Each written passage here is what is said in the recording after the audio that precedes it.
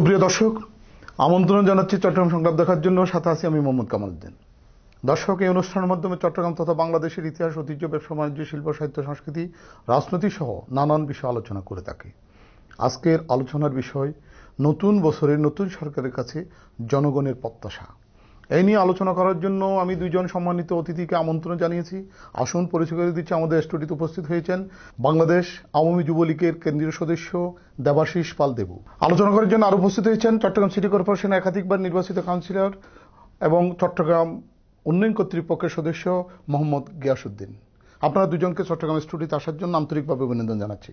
আমরা সরাসরি আলোচনায় চলে যাই, যেহেতু আমাদের আজকের আলোচনার বিষয় নতুন সরকারের কাছে নতুন বছরে আমাদের জনগণের প্রত্যাশা।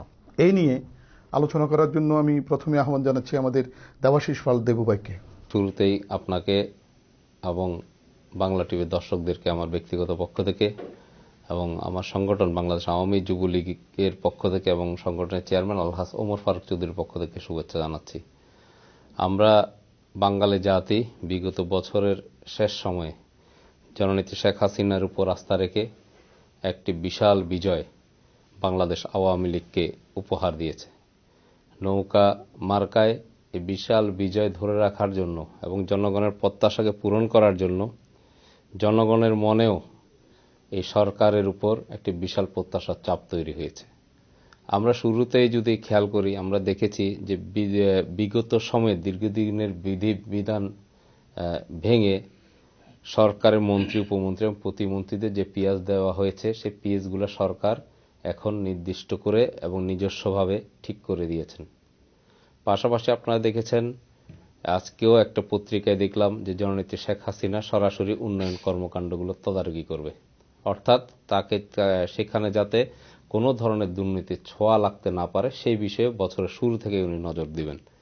জনগণের যে প্রত্যাশা সেটা হচ্ছে বিগত সময়ে আওয়ামী লীগ সরকার বাংলাদেশকে উন্নয়নের পথে হাঁটতে শিখিয়েছে, উন্নয়নের দিকে তাকাতে শিখিয়েছে এবং বিশ্বকে বুঝিয়ে দিয়েছে বাংলাদেশ নামক একটি দেশ, যে দেশটি জন্মের পর হেনরি কিসিঞ্জারের মতো একজন কূটনীতিক বলেছিলেন তলাবিহীন ঝুড়ি।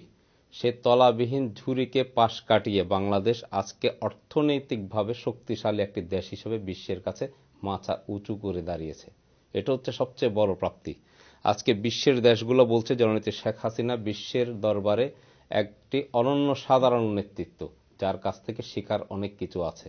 তাই জনগণ সরকারের কাছে প্রত্যাশা করে সেটা হচ্ছে, দুর্নীতিতে সরকার আগেও প্রশ্রয় দেয়নি। বিএনপির সময়ে 5 বার চ্যাম্পিয়ন হয়েছিল, পরপর 3 বারও চ্যাম্পিয়ন হয়েছে। সেই চ্যাম্পিয়ন থেকে, দুর্নীতি চ্যাম্পিয়ন থেকে বাংলাদেশকে বর্তমান সরকার শেখ হাসিনার নেতৃত্বে অর্থনৈতিক ধারাক মধ্যম আয়ের দেশে নিয়ে এসেছে। জনগণের প্রত্যাশা সেই দুর্নীতিতে যে জিরো টলারেন্স শেখ হাসিনা গ্রহণ করেছে, সে জিরো টলারেন্সটা বজায় থাকবে। মাদক বাংলাদেশকে গ্রাস করতে চাইছে, বিভিন্ন অবৈধ উপায়ে মাদক ঢুকেছে, ইয়াবা ঢুকেছে। আপনারা দেখেছেন অনেক মামলায় হামলায় ইয়াবা ব্যবসায়ীরা গ্রেফতার হয়েছে। অনেকে হয়তোবা নিজেদেরকে বাঁচাতে আইনশৃঙ্খলা বাহিনীর সাথে গোলাগুলি করতে গিয়ে নিজেরাও নিহত হয়েছে। সরকার ওই জায়গায় কোনো ছাড় দিচ্ছেন না, সেখানে দলীয় পরিচয়ের লোকজনক যদি কেউ থাকে সে জায়গায় ছাড় দিচ্ছেন না। এবং আমরা আশা করব যে বিষয়গুলো জনগণ আজকে চাচ্ছে, যে দেশে প্রভাবমুক্তভাবে বিগত সময়ে সরকার যেভাবে জনগণকে সাথে নিয়ে কাজ করেছে বিভিন্ন জায়গায়, সে প্রভাবমুক্তটা ঠিক থাকুক এবং উন্নয়নের যে গতিধারা, যে চাকা যে সচল হয়েছে, আমাদেরকে বারবার খেয়াল রাখতে হবে জনগণ সেই উন্নয়নের ধারাকে অব্যাহত রাখার জন্য শেখ হাসিনাকে নৌকা প্রতীকে 300 আসনের মধ্যে সিংহভাগ আসন 2-4টি বাদ দিলে, 5টি বা 6টি বাদ দিলে আসনে ম্যান্ডেট দিয়েছে। আপনাদের সঙ্গে আবার আসলো, এই যে খুব সুন্দর কথা বলেছেন। গেস ভাইয়ের কাছে আমি যাচ্ছি যে আমাদের যে বর্তমান সরকারের মাননীয় প্রধানমন্ত্রী বা বিগত সময়ের প্রধানমন্ত্রী, ওনার যোগ্য নেতৃত্বে বাংলাদেশকে যেভাবে এগিয়ে নিয়েছে, আমাদের দেবু ভাই বললেন, বিএনপির এত বড় পরাজয়ের কারণ কি এবং আওয়ামী লীগের এত বড় জয়ের মূল কারণ কি? ধন্যবাদ আপনাকে। আপনি একটা বিষয় দেখেন, বিশেষ করে 2008 সালের আজকের প্রধানমন্ত্রী জননেত্রী শেখ হাসিনার যে কনসেপ্ট, অর্থাৎ নির্বাচন ইস্তেহারাতে তিনি তার ভাবনাতে ছিল যে তরুণ প্রজন্ম, যে তরুণদের কথা বলেছেন, তিনি যে ভিশন দিয়েছেন, তিনি 2008 সালে 29 ডিসেম্বর যে নির্বাচনে, সেখানে তিনি বলেছেন 21 সালের একটা ভিশন দিয়েছেন, দেশকে নিম্ন আয় থেকে মধ্য আয় এবং তরুণ আগামী বাংলাদেশ হবে তরুণ প্রজন্মের বাংলাদেশ। আপনি দেখেছেন যে আমাদের জননেত্রী শেখ হাসিনার নেতৃত্বে গত ডিসেম্বরে 30 তারিখ সে নির্বাচন হয়েছে। নির্বাচনের পর যে মন্ত্রিসভা গঠন করা হয়েছে, সেখানে তরুণদেরকে তিনি নেতৃত্ব এগিয়ে নিয়ে এসেছেন। অর্থাৎ শেখ হাসিনা 2008 সালে যে কথা বলেছেন, যে ডিজিটাল বাংলাদেশের কথা বলেছেন, প্রজন্মই বাংলাদেশকে নেতৃত্ব দিবে। এবং 2008 সালের 29 ডিসেম্বর যে নির্বাচন হয়েছে, সেই নির্বাচনে যাদের বয়স 18 থেকে 28 পর্যন্ত ছিল, সেখানে 2/3 ভোটার জননেত্রী শেখ হাসিনার যে নির্বাচন ইস্তেহারা দিয়েছে বাংলাদেশ আওয়ামী লীগের সভানেত্রী জননেত্রী শেখ হাসিনা, সেটার উপর আস্থা রেখেছে এবং তারই ধারাবাহিকতায় বাংলাদেশকে উন্নয়নের মহাসড়কে নিয়ে গিয়েছে। শুধু সেটা আমাদের কথা নয়, যখন যে বারেক ওবামা আমেরিকার প্রেসিডেন্ট ছিল, তার জন্মস্থান কেনিয়াতে যে বলল যে উন্নয়নের রোল মডেল হিসেবে যদি দেখতে চাও, জননেত্রী শেখ হাসিনাকে ফলো করে, শেখ হাসিনাকে দেখেন, বাংলাদেশকে দেখেন। এবং তারই ধারাবাহিকতায় যে উন্নয়নের ধারা যদি অব্যাহত রাখতে হয়, বাংলার জনগণ মনে করেছেন যে এই ধারাকে অব্যাহত রাখতে হলে এবং অর্থনৈতিক সমৃদ্ধি অর্জনের পথে গিয়ে নিতে হলে শেখ হাসিনার নেতৃত্বের কোনো বিকল্প নেই। এবং তারই প্রমাণ আজকের প্রধানমন্ত্রী জননেত্রী শেখ হাসিনা যে ডিজিটাল বাংলাদেশ করা হয়েছে, যে পুরো বাংলাদেশের 300টি আসনের ভিতর 9টি আসন ইলেকট্রনিক ভোটিং মেশিন ইভিএম এর পদ্ধতিতে চালু করেছেন। আপনি দেখেছেন এটা নিয়ে যারা যে আজকে যারা স্বাধীনতার, আমি বলবো এরা বিরোধী, বাংলাদেশে যদি কথা বলেন স্বাধীনতার সপক্ষ আর বিপক্ষ দুইটা, সেটা বৌদ্ধ পার্টি হতে পারে, বিভিন্ন দল হতে পারে, সেখানে তারা বিশ্বাস রেখেছে যে জননেত্রী শেখ হাসিনা 2008 সালে ক্ষমতা আসার পর যে জঙ্গিবাদ মৌলবাদের যে উত্থান ছিল, যে একই সাথে পুরো বাংলাদেশে সিরিজ বোমা হামলা, যে জঙ্গিবাদকে যে খুব কঠোর হাতে তিনি দমন করেছেন, এই বিষয়গুলি এদেশের জনগণ মাথায় রেখেছেন। এবং তার দক্ষ নেতৃত্বে যে বাংলাদেশ যে এগিয়ে যাচ্ছে, সেটা শুধু আমাদের বাংলাদেশের কথা নয়, আমাদের কথা নয়, বিশ্ব নেতৃবৃন্দ বলছেন যে জননেত্রী শুধু বাংলাদেশের নেত্রী নয়, তিনি একজন বিশ্ব নেত্রী হিসাবে তিনি তাকে প্রমাণিত করেছেন। এবং সেই তার উপর ভরসা রেখে এবার ওই তরুণ প্রজন্মরা আবার তার উপর আস্থা রেখেছে। এবং যে তারা দেখেছেন যে মৌলবাদের উত্থান দেখেছেন এবং দুর্নীতি সন্ত্রাস, যে আমার ভাই দেবু যে কথা বলেছেন, যে মাদকতা, যে আপনারা দেখেন পুরো বাংলাদেশকে গ্রাস করেছে, তিনি সেখানে জিরো টলারেন্সের কথা বলেছেন, সেখানে কোনো ছাড় নেই। একটা সময় যে বিএনপি জোট সরকার ক্ষমতার সময় যে জঙ্গিবাদের উত্থান হয়েছিল, আপনারা জানেন, বাংলা ভাই সহ যে জঙ্গিবাদের উত্থান, সেটাকে কঠোর হাতে বিশ্বে প্রশংসিত হয়েছে। এবং আমাদের সন্তানরা, আপনারা দেখেছেন লঞ্চ ঘাট স্কুলে আমার অভিভাবকরা তারা সবসময় উদ্গ্রীব উৎকণ্ঠে থাকতো যে আমার সন্তান নিরাপদে কি বাসায় ফিরবে কিনা। বাজার করতে যান, যে আপনার বিচারাল কার্যালয়ে যেখানে, সেখানে কোর্ট চত্বরে তারা বোমা হামলা, এই বিষয়গুলি তো মানুষ তো আর দীর্ঘ আজকে 10 বছর, 8 থেকে যদি আমি বলি 10 বছর এই শাসন আমলে দেখেন। অর্থাৎ জননেত্রী শেখ হাসিনা যে ভিশন দিয়েছেন, এবং 2014 সালে 5 জানুয়ারিতে তিনি 41 সাল পর্যন্ত ভিশন দিয়েছেন। অনেকে বলেছিলেন এটা রূপকথার কথা, সেটা বাস্তবে আমরা দেখতে পাচ্ছি। আরেকটা বিষয় বলে আমি শেষ করবো, যেটা যেমন যদি আমি একটা এক্সাম্পল দিই, যে পদ্মা সেতুর কথা, যে আবুল হোসেন সাহেব তখন যোগাযোগ মন্ত্রী ছিলেন, তারা অভিযোগ তুলেছে, কি অভিযোগ তুলেছেন, যে পদ্মা সেতুতে দুর্নীতি হয়েছেন বিশ্বব্যাংকের অজুহাত দেখে। আজকের প্রধানমন্ত্রী কত সাহসিকতার কথা বলেছেন। বাংলাদেশের 20 কোটি জনগণ বলেছিল যে পদ্মা সেতু, এটা নিয়ে তাদের একটা মনে সন্দেহ ছিল। আমাদের আজকের প্রধানমন্ত্রী জননেত্রী শেখ হাসিনা এটা প্রমাণ করেছেন। এবং কানাডার আদালতে যে মামলা হয়েছে, সে আন্তর্জাতিক আদালতে যে বাংলাদেশ এটার সাথে দুর্নীতিতে, যে বাংলাদেশের যে যিনি প্রধানমন্ত্রী জননেত্রী শেখ হাসিনা, যাকে সে সময় যোগাযোগ মন্ত্রী যিনি ছিলেন, সেটাও তিনি প্রমাণ করতে পেরেছেন। এসবগুলি মানুষের মধ্যে, এবং তারই কারণে আবার 2000 যে আজকে যে গত 30 তারিখ যে নির্বাচন হয়েছে, 30 ডিসেম্বর 2018 নির্বাচন হয়েছে, সেই নির্বাচনে বাংলার জনগণ বঙ্গবন্ধুর কন্যা জননেত্রী শেখ হাসিনার উপরে আস্থা রেখেছে, এবং তারই এই জন্য তাদের ভরাডুবি হয়েছে। আচ্ছা, আমি দেবু ভাইয়ের কাছে যাচ্ছি। দেবু ভাই, এই যে বিএনপি এখন তো একটা দেউলিয়াপনার অবস্থা আছে রাজনৈতিকভাবে, এবং এই দেউলিয়াপনা হওয়ার কারণটা কি, এবং তারা আগামীতে আবার ঘুরে উঠতে পারবে কিনা, বা তারা ঘুরে উঠলেও জামাতকে সাথে নিয়ে ওঠার সম্ভাবনা আছে কিনা? আসলে আমি একটু বলি আপনাকে, এখানে বিষয়টা হচ্ছে তাদের রাজনৈতিক যে জন্ম, সেই জন্মটার দিকে আপনারা যদি তাকান, বিএনপি নামক এই রাজনৈতিক দলের জন্ম হচ্ছে আপনার ষড়যন্ত্রের মধ্য দিয়ে। তাদের প্রয়াত নেতা জিয়াউর রহমান, যাকে বঙ্গবন্ধু শেখ মুজিবুর রহমান পদোন্নতি দিয়েছেন, আর্মিতে ভালো অফিসার পোস্টে বসিয়েছেন, তিনি স্বাধীনতা যুদ্ধের পর ক্রমান্বয়ে ষড়যন্ত্র করে পাকিস্তানি গোয়েন্দা সংস্থার সাথে মিলে তিনি পিছন থেকে বঙ্গবন্ধু হত্যাকাণ্ডের নেতৃত্ব দিয়েছেন। বঙ্গবন্ধুকে তার সপরিবারে হত্যাকাণ্ডের নেতৃত্ব দেওয়া এবং সমর্থন দেওয়ার মধ্য দিয়ে বঙ্গবন্ধুর পরিবারকে, শেখ হাসিনা এবং জননেত্রী শেখ রেহানাকে, বিদেশে থাকার কারণে ওনারা বেঁচে গিয়েছিলেন সেদিন, বাকি সবাইকে মেরে তিনি মনে করেছিলেন যে দেশে তার দল বিএনপির জন্ম হওয়ার পর তারা ক্ষমতায় থাকবে। তিনি ষড়যন্ত্রের মধ্য দিয়ে তার দলটিকে ক্ষমতায় এসেছেন, তাদের জন্ম ষড়যন্ত্রের মধ্য দিয়ে। তারই ধারাবাহিকতা আপনি যখন দেখেন যে এখানে তারা রাজনৈতিকভাবে যুদ্ধাপরাধীদেরকে এই দেশের মাটিতে তারা প্রতিষ্ঠিত করেছে। শাহ আজিজের মতো রাজাকারকে জিয়াউর রহমান প্রধানমন্ত্রী করেছেন। শাহ আজিজকে প্রধানমন্ত্রী করার মধ্য দিয়ে মূলত এই দেশে জিয়াউর রহমান ৭১-এর পরাজিত শক্তিকে রাজনৈতিকভাবে পুনর্বাসন করেছেন। আপনাকে আমি একটু থামাচ্ছি, একটা ছোট বিরতি যাব, এরপর আবার আপনার কাছে ফিরতেছি। দর্শক, একটা ছোট বিরতি যাচ্ছি, বিরতির পর আবারও ফিরবো, ততক্ষণ আপনারা আমাদের সাথে থাকুন।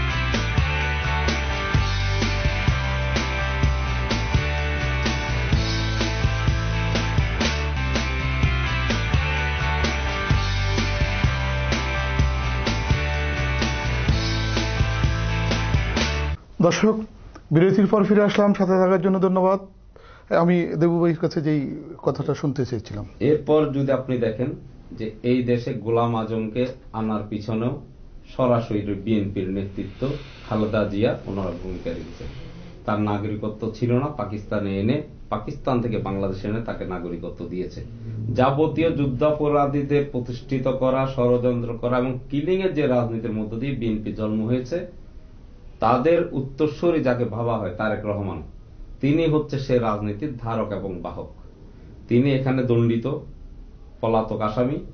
তিনি বিএনপি ক্ষমতায় থাকার যখন সময় ছিল তখন তিনি হাওয়া ভবন বানিয়ে এই দেশে প্রত্যেকটি সেক্টরে তিনি 5%, 10% বসিয়ে দুর্নীতি করেছেন, যেটা বিশ্বব্যাপী সমাদৃত, আলোচিত এবং স্বীকৃত। তারেক রহমানের দুর্নীতির কারণে পরবর্তীতে বিএনপির ভরাডুবি হয়েছে। তিনি শুধু দুর্নীতি করেই ক্ষান্ত হন নাই, এ দেশে 10 ট্রাক অস্ত্র ঢুকিয়েছেন, যেটা ধরা পড়েছে। কিছু পুলিশ অফিসার এবং আমাদের 2-1 সার্জেন্ট, পুলিশ সার্জেন্টের সাহসিকতার কারণে সেটা ধরা পড়ার পর আসলে তাদের আসল মুখোশটা বিশ্বের সম্মুখে উন্মোচিত হলো, যে তারা দেশ বাংলাদেশের ভূখণ্ড ব্যবহার করে আন্তর্জাতিকভাবে তারা কি করতে চাইছে। দেখেন, রাষ্ট্রীয় ক্ষমতায় বিএনপি, তিনি মধ্যপ্রাচ্য গেলেন দাউদ ইব্রাহিমের সাথে বৈঠক করার জন্য, বৈঠক করেছেন। একটি স্বাধীন দেশ, গণতান্ত্রিক দেশের একজন রাষ্ট্রপ্রধানের ছেলে, যিনি রাষ্ট্রের বিশাল একটি ভূমিকা রাখেন যে রাষ্ট্র পরিচালনায়, তিনি কেন দাউদ ইব্রাহিমের সাথে বৈঠক করতে যাবেন, তাও দেশের গুরুত্বপূর্ণ গোয়েন্দা সংস্থার প্রধান 2-1 জনকে নিয়ে, যেটা পরবর্তীতে বিভিন্ন পত্রিকায় এসেছে। আমরা একটি বিষয় ভেবে পাই না যে বিএনপি জনগণ কর্তৃক প্রত্যাখ্যাত হয়ে আপনি বিশ্বের ইতিহাসে কোথাও খুঁজে পাবেন যে কোন দল ক্ষমতায় আসার জন্য পেট্রোল দিয়ে তার দেশের জনগণকে পুড়িয়ে মেরেছে। বিএনপি জামাতকে সাথে নিয়ে সেটি করেছে, পেট্রোল মেরে শত শত বাঙালির নিরীহ আমাদের জনগণকে তারা, এবং রাষ্ট্রপতি কর্তৃপক্ষ হিসেবে মাননীয় প্রধানমন্ত্রীকে গ্রেনেড হামলার মাধ্যমে হত্যার চেষ্টা করছে। আমি আসছি, তারা হত্যা করলো জনগণকে। এরপর আসেন রাজনৈতিকভাবে পুনরায় নিঃশেষ করার জন্য তারেক রহমান পাকিস্তানি গোয়েন্দা সংস্থার সাথে মিলে 21শে আগস্ট ন্যাক্কারজনক গ্রেনেড হামলা চালালো। আইবি রহমান সহ আমাদের অনেক নেতাকর্মী সেই গ্রেনেড হামলা নিহত হয়েছেন। সর্বশক্তিমানের দোয়ায়, আশীর্বাদে শেখ হাসিনাকে সেদিন আওয়ামী লীগ নেতারা মানব বর্ম তৈরি করে রক্ষা করেছে। তাহলে একটি বলেন যে বিএনপির রাজনীতিটা আসলে কোন জায়গায় থাকে। তারা বারবার হত্যাকাণ্ডে মেতে উঠেছে, দুর্নীতিতে মেতে উঠেছে। 2001 সালের নির্বাচনের পর সংখ্যালঘু মা বোন হতে শুরু করে কেউ তাদের হাত থেকে রেহাই পায় নাই, যেটা বিশ্বের ইতিহাসে 71-এর পরে বিশ্বের ইতিহাসে এই ধরনের ন্যাক্কারজনক ঘটনা কোথাও ঘটেছে বলে আমার ধারণা নেই। এবং বিএনপি আজকেও তাই করছে, যেটা তারা অতীতে করে এসছে। সেটার একটা বিষয় কি? ষড়যন্ত্র। দেশের মানুষ আপনাকে ভোট দিল না, আপনি কাগজপত্র নিয়ে গেলেন কার কাছে? মার্কিন রাষ্ট্রদূতের কাছে। উনি কি করবে? জনগণ যদি ভোট না দেয়, আপনি মার্কিন রাষ্ট্রদূতের কাছে যাচ্ছেন, বিভিন্ন দেশে যাচ্ছেন যে দেশের বদনামি করার জন্য, যেখানে দেশ বাংলাদেশ এবং শেখ হাসিনা বিশ্বের কাছে একটি রোল মডেল হয়ে দাঁড়িয়েছে যে বাংলাদেশ এইটা পারে। তুমি টাকা না দিলেও বাংলাদেশের শেখ হাসিনা পদ্মা সেতুর মতো প্রজেক্ট করে বুঝিয়ে দিয়েছে। এটা 71-এর মতে বাংলাদেশের মানুষের মনোবল ঘুরে দাঁড়িয়েছে। আচ্ছা, আমি গ্যাসমের কাছে যাচ্ছি। যেহেতু আমাদের চট্টগ্রাম সংলাপ, আমাদের চট্টগ্রামের উন্নয়ন বিষয় নিয়ে একটু আমরা কথা বলি। আগামী সরকারের কাছে আমরা কি আশা করতে পারি? যেহেতু আপনি চট্টগ্রাম উন্নয়ন কর্তৃপক্ষের একজন সদস্য, আপনি জানেন বিগত সময় বাংলাদেশ আওয়ামী লীগের প্রধানমন্ত্রী নিজেই কিন্তু আমাদের চট্টগ্রাম উন্নয়নের বিষয়টা নিজের হাতে রেখে উন্নয়ন করেছেন। আমরা আগামীতে কি আশা করতে পারি? আমরা চট্টগ্রামের মানুষেরা যেটা ভাবছে, যেহেতু যতটুকু আশা করি তার চেয়ে বেশি পাবো, এবং বিগত টাইমের মধ্যে আমরা যতটুকু আশা করছি তার চেয়ে বেশি পেয়েছি। এখন আগামীতে আমরা কি পাইতে পারি? কি কি উন্নয়ন আপনাদের হাতে আছে? আপনি দেখেন 2008 সালের নির্বাচনে যে কথাটা আমি ঘুরে ফিরে আসি, তিনি লালদিঘির জনসভায় বলেছিলেন যে চট্টগ্রামের উন্নয়নের দায়িত্ব আমার নিজের হাতে নিয়েছি। বঙ্গবন্ধুর কন্যা যাই বলে তাই কিন্তু কথাই নয়, কাজে তিনি প্রমাণিত করেন। দেখেন যে চট্টগ্রামের, তিনি বলেছিলেন যে চট্টগ্রামবাসী আমাকে সংসদে নেতা উপহার দেন, বানিয়ে দেন, আমি চট্টগ্রামের দায়িত্ব আমি নিলাম, উন্নয়নের দায়িত্ব আমি নিলাম। এবং আপনারা দেখেন আজকে যে চট্টগ্রামের যে জলাবদ্ধতার এই মেগা প্রজেক্ট, আমি মনে করি আগামী 2 বছরের ভিতর চট্টগ্রাম জলাবদ্ধতা 60% কমে যাবে, এই জলাবদ্ধতা থাকবে না। দ্বিতীয় বিষয়, আপনি দেখেন আউটার লিঙ্ক রুট দেখেন, এই রিং রুটটা হলে, এবং আমাদের টানেল দেখেন যে নদীর কর্ণফুলী নদীর টানেল যাচ্ছে। তারপর আপনার যে কালুঘাট সড়ক, যেটা নতুন ব্রিজ থেকে কালুঘাট, তারপর বাকলিয়া সড়ক, প্রত্যেকটার সাথে কানেক্টিভিটি। কারণ এই চট্টগ্রাম বন্দরনগরী চট্টগ্রাম, এমন শুধু চট্টগ্রাম উন্নয়নের মহাসড়কে না, এবং পুরো বাংলাদেশকে তিনি উন্নয়নের মহাসড়কে তিনি তুলে দিয়েছেন। এবং এই 5 বছর এই কাজগুলি যদি বাস্তবায়ন করা যায়, এবং নির্বাচনে তিনি ইকোনমিক্যাল জোনের কথা বলেছিলেন 100টি। চট্টগ্রাম বিমানবন্দর পর্যন্ত মনে হয় এই যে ফ্লাইওভার হচ্ছে আবার নতুন ভাবে। আপনি একটা দেখেন এই চট্টগ্রামের এই ফ্লাইওভার যদি হয়ে যায়, আপনি আমাদের ইন্ডাস্ট্রিয়াল জোনগুলি, শিল্প অঞ্চলগুলি কোথায়? আমার এদিকে ধরে কাঠটলি নিয়ে সীতাকুণ্ড, ওদিকে কালুঘাট শিল্প অঞ্চল, এদিকে টানেল হলে আনোয়ারাতে এটা শিল্প অঞ্চল হিসাবে, ইকোনমিক্যাল জোন হিসাবে ঘোষণা করা হয়েছে। আপনার যে মিরসরাই, এই চট্টগ্রামে 16টা চিট মাননীয় প্রধানমন্ত্রী জননেত্রী শেখ হাসিনাকে চট্টগ্রামের মানুষ উপহার দিয়েছে। এবং সেখানে এই ইকোনমিক্যাল জোন শিল্প অঞ্চলটা যদি মিরসরাই গড়ে ওঠে, সেখানে আমি মনে করি 10 লক্ষ মানুষের কর্মসংস্থান হবে। একটা জিনিস দেখেন, বাংলাদেশের প্রত্যন্ত অঞ্চল থেকে, যেহেতু এটা বন্দর নগরী, এখানে মানুষ ছুটে আসে। আপনি দেখেন অর্থনৈতিক জোনগুলি, আমাদের প্রধানমন্ত্রীর কি দূরদর্শিতা দেখেন। মিরসরাইতে এবং আনোয়ারাতে এই শিল্প অঞ্চল যদি গড়ে ওঠে, যে বাংলাদেশের প্রত্যন্ত অঞ্চলের মানুষ তাদের জীবন জীবিকা, উন্নত জীবন যাপনের জন্য আসছেন এখানে, তাদের কাজের সন্ধান মিলবে। আপনি দেখেন এখন বস্তি আছে, এই চট্টগ্রামে এখন বস্তি নেই। আপনি দেখেন আগের মতো আছে। সবকিছু একটা জিনিস যে সময় লাগে। আচ্ছা, পরিকল্পিত নগরায়নের জন্য কি করা উচিত? আমাদের চট্টগ্রাম তো এটা প্রাচ্যরানী হিসেবে খ্যাত, এবং চট্টগ্রামের ইতিহাস ঐতিহ্য তো মানে হাজার বছরের। এটা অবশ্যই একটা খুব সুন্দর কথা বলছেন যে বন্দর নগরী চট্টগ্রাম, এই চট্টগ্রামকে প্রাচুর্যের রানী বলা হতো। এখানে পাহাড় আছে, এখানে নদী আছে, এখানে সাগর আছে, এখানে সমতল ভূমি আছে। বিশ্বের এতগুলি জিনিস নিয়ে যে বিশ্বের কোন দেশে এই ধরনের একটা শহর আছে কিনা আমার জানা নেই। তবে আমি মনে করি যে সরকার যে প্রজেক্টগুলি নিচ্ছে, যে এই প্রজেক্টগুলি যদি বাস্তবায়ন হয়, আমি মনে করি চট্টগ্রামের আগের ঐতিহ্য আমরা ফিরে আসতে পারবো বলে আমি বিশ্বাস করি। যদি একটা উদাহরণ দিই, যে আউটার লিঙ্ক রোড যেটা হচ্ছে, ওখানে একটা পর্যটন শিল্প কেন্দ্র হিসেবে গড়ে উঠবে। সেই পরিকল্পনা কিন্তু চট্টগ্রাম উন্নয়ন কর্তৃপক্ষ সেটা নিয়েছে। সেখানে আমার মনে হয় না যে এখন আমরা কক্সবাজারের দিকে ছুটছি। আমাদের আউটার রিং রোড আমি মনে করি যে আগামী জুনের ভিতর আপনার হবে। আজকে পত্রিকায়, চট্টগ্রাম পত্রিকাগুলিতে হেডলাইন আছে যে আপনারা যেটা আউটার লিঙ্ক রোডের সাথে যে পার্শ্ববর্তী ভেরিবাদ যেটা রাস্তাটা ছিল, যে আমাদের জোহরামতি স্টেডিয়ামে সেখানে একটা ফ্লাইওভার নির্মিত হচ্ছে। অর্থাৎ চট্টগ্রামকে, যেহেতু বন্দরনগর চট্টগ্রাম, এটাকে পরিকল্পনা নিচ্ছে যাতে যানজটমুক্ত নগর হয়। এবং এই শহরে শিল্প অঞ্চলগুলি যেমন গার্মেন্টস শিল্প এখন দেখা যাচ্ছে যে অনেক অংশে যে ঢাকার দিকে ধাবিত হচ্ছে। কেন? যে বায়াররা আসে, বিমানবন্দরে নেমেছে, চট্টগ্রামে ঢুকতে তার লাগতো 1.5-2 ঘন্টা, অনেক সময় লেগে যেত। এই ফ্লাইওভার যদি কমপ্লিট হয়ে যায়, এই শিল্প অঞ্চলগুলো আবার তাদের পুনরায় তারা উজ্জীবিত হয়, পুরানা জীবন পাবে। এবং এই চট্টগ্রামে হবে বাংলাদেশের, এখনো আমরা বলি যেহেতু বন্দরনগরী চট্টগ্রাম অর্থনৈতিক হৃৎপিণ্ড বলি, এবং সেটাই চট্টগ্রাম, এটা যদি আমরা ইকোনমিক্যাল জোন, মিরসরাই বা আনোয়ারা, আমাদের ফ্লাইওভার, এই বিশাল কর্মযজ্ঞ যদি আমরা যে আল্লাহর রহমতে আমাদের প্রধানমন্ত্রীর নেতৃত্বে আমরা যদি এই সময়টা আমরা বিগত সময় যে উন্নয়নের ধারা, এই ধারা থেকে আমরা আরো উন্নয়নের শিখরে নিয়ে যেতে পারি, উচ্চতর শিখরে নিয়ে যেতে পারি, সে কাজগুলি সম্ভব যদি আমরা করি। আমাদের যে চ্যালেঞ্জ, মাননীয় প্রধানমন্ত্রী, উন্নত বিশ্ব যে স্বপ্ন, এটা আমাদের দূরে নয়, এটা আমাদের নাগালে, আমাদেরকে নক করছে, ডোরে কিন্তু নক করছে। আমি বিশ্বাস করি আজকের প্রধানমন্ত্রী জননেত্রী শেখ হাসিনার নেতৃত্বে আমরা অচিরে ওই জায়গায় আমরা পৌঁছে যাব। দেবুভাইয়ের কাছে যাচ্ছি আমি।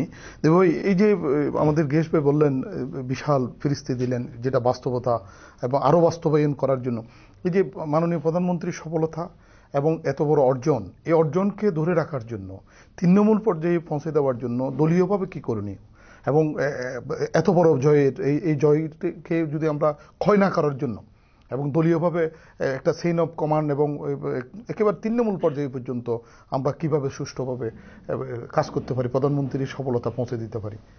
ধন্যবাদ ভাই। এখানে আসলে বিষয়টা হচ্ছে যে এই বিশাল জয়, সেটা সম্ভব হয়েছে তৃণমূলের নেতাকর্মীদের এবং জনগণের সহযোগিতায়। তাদের একটা মিলিত প্ল্যাটফর্ম, জননেত্রী শেখ হাসিনার নির্দেশনা, সিনিয়র নেতৃবৃন্দের কর্মদক্ষতা, সবকিছু মিলে এই জয় সম্ভব হয়েছে।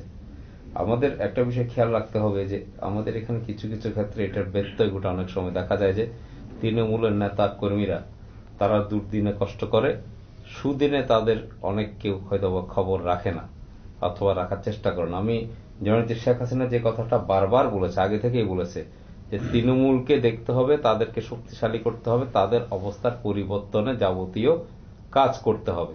তো আমরা অনুরোধ করব আমাদের বিভিন্ন ইউনিটে, মহানগরে বিভিন্ন পর্যায়ে যে নেতৃবৃন্দ রয়েছে, জননেত্রী শেখ হাসিনার নতুন মন্ত্রিসভা সহ শুরু করে বিভিন্ন জায়গায় যারা সরকারি পদে, বর্তমান সরকারের সরকারি পদে দলীয় নেতৃবৃন্দ আসীন আছেন, তারা যাতে তাদের তৃণমূল নেতাকর্মীদের সাথে সমন্বয়টা করে নেয়। তাতে হয় কি, তৃণমূলের নেতাকর্মীরা সমন্বয় করে তারা যেরকম কাজের উৎসাহ পায়, তারা মনে করে যে দুর্দিনে না সুদিনও নেতারা আমাদের খবরটা রাখছে। এই বার্তাটা যদি তাদের কাছে সবসময় পৌঁছে দেওয়া যায়, তাহলে আমার মনে হয় জননেত্রী শেখ হাসিনার উন্নয়নের যে যোগ্য, যে উন্নয়নের ফিরিস্তি আমাদের গ্যাস ভাই এতক্ষণ আমাদেরকে দিলেন এবং বললেন সরকারের উন্নয়নের কথা, সেই উন্নয়নকে ধরে রেখে ধারাবাহিকতা রক্ষা করতে হলে তৃণমূলের সাথে সমন্বয়টা করতে হবে। এবং আমরা চাইছি যে তাদেরকে বিভিন্ন জায়গায় সংযুক্ত করা হোক, সরকারি বিভিন্ন কাজে হোক, সেটা প্রচারে হোক, এবং যে বিষয়গুলো থাকে যে আসলে আমাদের যে তৃণমূল নেতা কর্মী, তাদের চাওয়া পাওয়া কিন্তু বিশাল কিছু নয়। তারা দলীয় কাজ করতে চায়, তাদের সংসারে সুখ শান্তি বজায় রেখে তারা সেটা করতে চায়। বিশাল কোনো চাওয়া পাওয়া তৃণমূল নেতা কর্মীদের নাই, কিন্তু দুঃসময়ে তাদের পাশে যদি নেতৃবৃন্দ থাকে, তাদের খোঁজ খবর রাখে, তারা উৎসাহিত হয়। আমরা আশা করব যে আমাদের নেতারা তাদেরকে গুছিয়ে নেওয়ার ক্ষেত্রে অবদানটা এখন রাখবে। এবং বিভিন্ন পর্যায়ে আমরা যেটা বলি যে সহযোগী সংগঠনগুলো বিভিন্ন পর্যায়ে কমিটি নেই, বিভিন্ন সময় নেতা কর্মীদের ইউনিট কমিটি, আপনার থানা কমিটি, ওয়ার্ড কমিটি, এগুলো নিয়ে হতাশা বিরাজ করছে। দ্রুত পারবে ততই। আরেকটা জিনিস, এই যে আমরা চট্টগ্রামের 3টা মন্ত্রী পেয়েছি, একটা মহানগর, একটা উত্তর দক্ষিণ, 2জন। আমরা চট্টগ্রামবাসী 3জন মন্ত্রীর কাছে কি প্রত্যাশা করতে পারি? আমাদের এটা একটা ভালোই বিষয় যে আমাদের 3জন মন্ত্রী আমরা চট্টগ্রাম শহর থেকে পেয়েছি। এর মধ্যে আমাদের হাসান মাহমুদ ভাই, উনি দীর্ঘদিনের পরীক্ষিত নেতা। জাভেদ ভাই, তার বাবা আখতারুজ্জামান চৌধুরী বাবু আওয়ামী লীগের দুঃসময়ের কাণ্ডারি এবং তারই যোগ্য সন্তান তিনি। এবং তিনি ভূমি মন্ত্রণালয়ে বা আগে তিনি প্রতিমন্ত্রী ছিলেন এবং সেই জিনিসটা তিনি দুর্নীতির বিরুদ্ধে তিনি তখন থেকে সুস্পষ্টভাবে অবস্থান গ্রহণ করায় শেখ হাসিনা, জননেত্রী শেখ হাসিনা তাকে পুরস্কার স্বরূপে এই জিনিসটা দিয়েছে। আমরা আরেকজন আমাদের এখানে চট্টগ্রাম শহরের ব্যারিস্টার নওফেল, উনি শিক্ষা মন্ত্রণালয়ের উপমন্ত্রীর দায়িত্ব পেয়েছেন। তার পিতা চট্টগ্রাম শহরের নগর আওয়ামী লীগের সাবেক সভাপতি এবং চট্টগ্রাম সিটি কর্পোরেশনের ইতিহাসে প্রথম hat trick mayor Alhaj A B Mohiuddin Chowdhury. তো তিনি যখন থেকে সাংগঠনিক সম্পাদক হয়েছে, তিনি তার বক্তব্য এবং উপস্থাপনায় তার সুস্পষ্ট কিছু বিষয় তিনি দেশ জাতির সামনে নেত্রী শেখ হাসিনার পক্ষ হয়ে উপস্থাপন করছে এবং সুস্পষ্টভাবে তার কথাগুলো খুবই ভালোভাবে গ্রহণ করছে দেশবাসী। আমরা আশা করব চট্টগ্রাম শহরে এই 3 জন মন্ত্রী আওয়ামী লীগের যে 16টি আসন জননেত্রী শেখ হাসিনাকে উপহার দিয়েছে তৃণমূল নেতা কর্মীরা, তাদেরকে সাথে নিয়ে তারা উন্নয়নের কাজ শুধুই বেগবান করবে না, সাংগঠনিকভাবে দলকে গুছানোর ক্ষেত্রে অন্য সাধারণ অবদান রাখবে বলে আমি ব্যক্তিগতভাবে বিশ্বাস করি। আমরা একেবারে শেষ পর্যায়ে গেশ ভাই, যে আজকের এই সংলাপ থেকে প্রত্যাশা জনগণের এবং জনগণের কাছে সরকারের প্রত্যাশা, সরকারের কাছে জনগণের প্রত্যাশা, একেবারে সংক্ষিপ্ত আকারে যদি একটা মেসেজ আপনি যদি দেন, এই আপনাদের পুরো দেশের যে অর্জনটা যেন ধরে রাখতে পারি। সবসময় তো আওয়ামী লীগের কাছে এদেশের জনগণের প্রত্যাশা সবসময় আছে, এবং আজকের এই বাংলা টিভির যে সংলাপের মাধ্যমে আমি দেশবাসীকে এটাই বলবো যে প্রধানমন্ত্রী জননেত্রী শেখ হাসিনা নিজেই জানে যে জনগণ তার উপর একটা বিশাল আস্থা, এবং সেটাই প্রমাণ, জনগণ এটা স্বীকারও করছে যে জননেত্রী শেখ হাসিনা বাংলাদেশকে যে উন্নয়নের উচ্চ সিঁড়িতে নিয়ে গিয়েছে, এবং এই ধারা অব্যাহত রাখার জন্য এই নতুন মন্ত্রী পরিষদ। ধন্যবাদ আপনাকে। একেবারে দেবু ভাই, একেবারে একটা লাস্ট যদি মেসেজ দেন, যেহেতু এই অর্জনকে ধরে রাখার জন্য এবং যে অবস্থান আছে তারা যেন এই সরকারের কাছে যে প্রত্যাশা আপনারা এতক্ষণ আলোচনার মাধ্যমে করেছেন, এটা যেন ধরে রাখা যায়। আমি যাওয়ার আগে পুনরায় বাংলা টিভির দর্শকদেরকে ধন্যবাদ জানাচ্ছি। আসলে নেতা কর্মীদের কাছে জননেত্রী শেখ হাসিনার যে মেসেজ তিনি শুরুতে দিয়েছেন, দুর্নীতিকে না বলুন, পাশাপাশি সরকারের যে উন্নয়ন, সেই উন্নয়নটুকু জনগণের কাছে তার সুবিধা পৌঁছে দেওয়ার জন্য প্রত্যেকে নিজের নিজের জায়গা থেকে অত্যন্ত সুন্দর সাবলীলভাবে ভূমিকা রাখুন। জননেত্রী শেখ হাসিনার আগামী দিনের নিরক্ষর মুক্ত যে বাংলাদেশ গড়ে তোলার স্বপ্ন তিনি দেখেছেন, ইতিমধ্যে সে কাজ অনেক দূর এগিয়ে গেছে। উন্নয়নের সোপানে বাংলাদেশ অনেক দূর এগিয়ে গেছে, অর্থনৈতিকভাবে সমৃদ্ধশালী দেশে এখন পরিণত হচ্ছে। প্রত্যেকে নিজ নিজ অবস্থান থেকে এই বিষয়গুলো দেশবাসীর কাছে তুলে ধরার জন্য, পাশাপাশি গ্রাম শহর হবে, এই যে উন্নয়নের বার্তা নিয়ে সরকার এই বিশাল ম্যান্ডেট, সেই ম্যান্ডেটকে ভালোবেসে, সেই ম্যান্ডেটকে শ্রদ্ধা জানিয়ে যার যার অবস্থান থেকে নিজেরা সুশৃঙ্খল থেকে সরকারের কাজে সহযোগিতা করুন, শেখ হাসিনাকে সহযোগিতা করুন। ধন্যবাদ আপনাকে। দর্শক, দুই প্রান্ত থেকে, একজন হলো দেবাশিস পাল দেবু, বাংলাদেশ যুবলীগের কেন্দ্রীয় কার্যনির্বাহী সদস্য, আরেকজন চট্টগ্রাম উন্নয়ন কর্তৃপক্ষের মেম্বার এবং চট্টগ্রাম সিটি কর্পোরেশনের কাউন্সিলর। তারা কিন্তু চট্টগ্রামের সহ বাংলাদেশের উন্নয়নের কথা বলেছেন, নির্বাচনের কথা বলেছেন, শেখ হাসিনার সফলতার কথা বলেছেন, আগামী দিনে দুর্নীতির বিরুদ্ধে না বলার জন্য এবং সক্রিয় হওয়ার জন্য কথা বলেছেন, দেশের উন্নয়নের জন্য সবাই যেখানে থাকুক না কেন কাজ করার জন্য বলেছেন। ওনাদের কাছ থেকে আরও কিছু কথা শোনার থাকলেও সময় স্বল্পতার কারণে এখানে শেষ করছি। আপনারা ভালো থাকুন, সুস্থ থাকুন, বাংলা টিভির সাথেই থাকুন।